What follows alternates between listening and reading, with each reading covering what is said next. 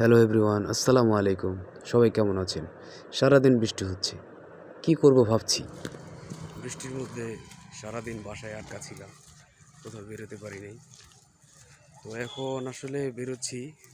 বাড়ির পাশে একটা সুন্দর একটা নার্সারি আছে, তো গন্তব্য নার্সারিতে। তো দেখতে থাকুন, সাথেই থাকুন। তো এই তো চলে আসলাম নার্সারিতে। একেবারে বাড়ির কাছাকাছি, আমার শ্বশুর বাড়ির একেবারে কাছাকাছি একটা বাজার আছে। তো বাজারের পাশেই হচ্ছে নার্সারিটা।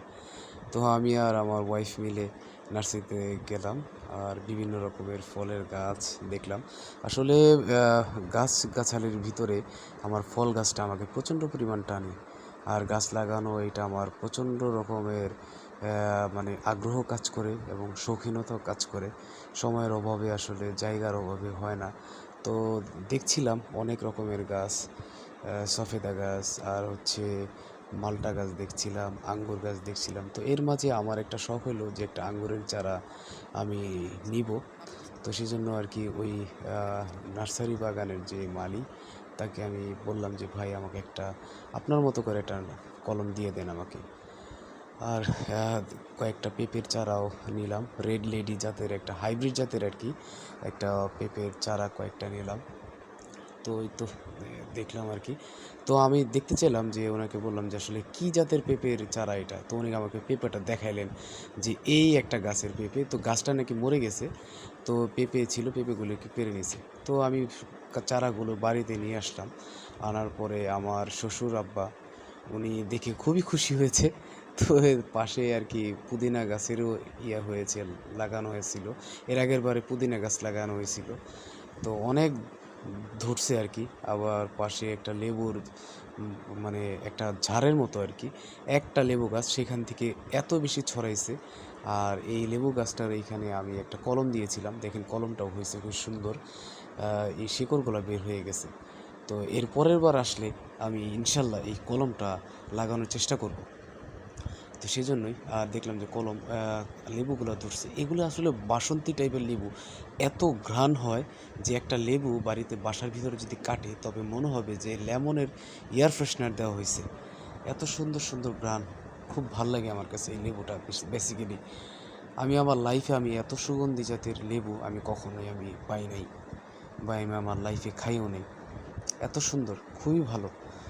তো এর মাঝে আমার শ্বশুরাব্বা উনি মানে গাছগুলা লাগায় অনেক, খুব মানে খুশি হয়ে গাছটা উনি মানে গর্জ ধরে আর কি গাছটা লাগানো শুরু করছেন। গর্ত করে নিজেই গর্ত করছেন, নিজেই লাগাইছেন। আমি লাগাইতে চাইছিলাম কিন্তু আমাকে বললে যে না আমিই লাগাই। তো উনি একদম গ্লাভস টাভস লাগায় একেবারে প্রস্তুতি নিয়েই আর কি মাটি খনন করে উনি গাছ লাগানো শুরু করছে। তো উনি এত যত্ন সহকারে গাছ লাগান, আমি পুরো অবাক হয়ে গেছি যে এত সুন্দর করে যত্ন করে উনি গাছটা লাগাইছেন, যে আমি সত্যিই খুব বিমোহিত। এবং আমি আসলে খুবই প্লেসড তার উপরে, যে সে যে আমি গাছটা আনলাম, আনার পরে সে যে এত যত্ন সহকারে গাছটা লাগাইলো, আমি শুধু অবাক হয়ে দেখলাম।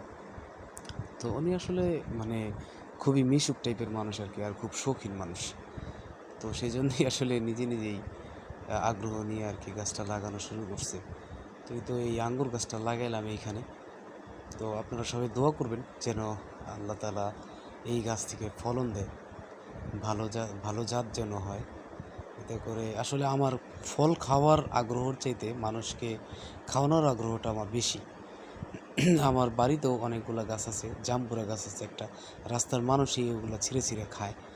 তো আমি কিছুই বলি না, আর উল্টা বলি যে এগুলি হচ্ছে সাদাকা, রাস্তার মানুষ ফল খাবে, এটা হচ্ছে সাদকায়ে জারিয়া। তো এটা খুবই ভালো একটা দিক আর কি। তো সেজন্যই তো গাছ আমার লাগানোর শখ। আর গাছ লাগানোর ভিতরে সবচেয়ে শৌখিনতা কাজ করে আমার হচ্ছে ফল গাছের উপরে আমার খুবই আগ্রহ। ফুল গাছও ভাল লাগে, আর কাঠ গাছ তো অন্য গাছ। এই যে পেঁপের গাছ, পেঁপের চারা, ছোট চারা, কিন্তু উনি বললো যে ভাই এই চারাটা নেন। উনি বেছে বেছে চারাগুলি দিচ্ছে আমারে, যে চারাগুলো লাগাইলে মানে হওয়ার চান্সটা খুব ভালো, বা মানে বাঁচার চান্সটা অনেক। গাছটা ফল দিক বা না দিক, কিন্তু ফলন হইলেই মানে ফলন হোক না, গাছটা বেঁচে উঠুক, এইটাই আমার কামনা। আপনারা সবাই দোয়া করবেন যেন আমার শ্বশুর আব্বার কষ্টটা সফল হয় এবং আমার শৌখিনতাটা যেন পূরণ হয়। তো আরেকটা জায়গায় খনন করা শুরু করছে, একটা গাছ লাগাইছে, তো আরও কয়েকটা জায়গা খনন করে এক এক করে গাছ লাগাইছে, গাছ লাগাতে লাগাতে একেবারে সন্ধ্যা হয়ে আসছে। আপনাদেরকে ধন্যবাদ এবং সাথে থাকবেন, শেয়ার করবেন। আসসালামু আলাইকুম।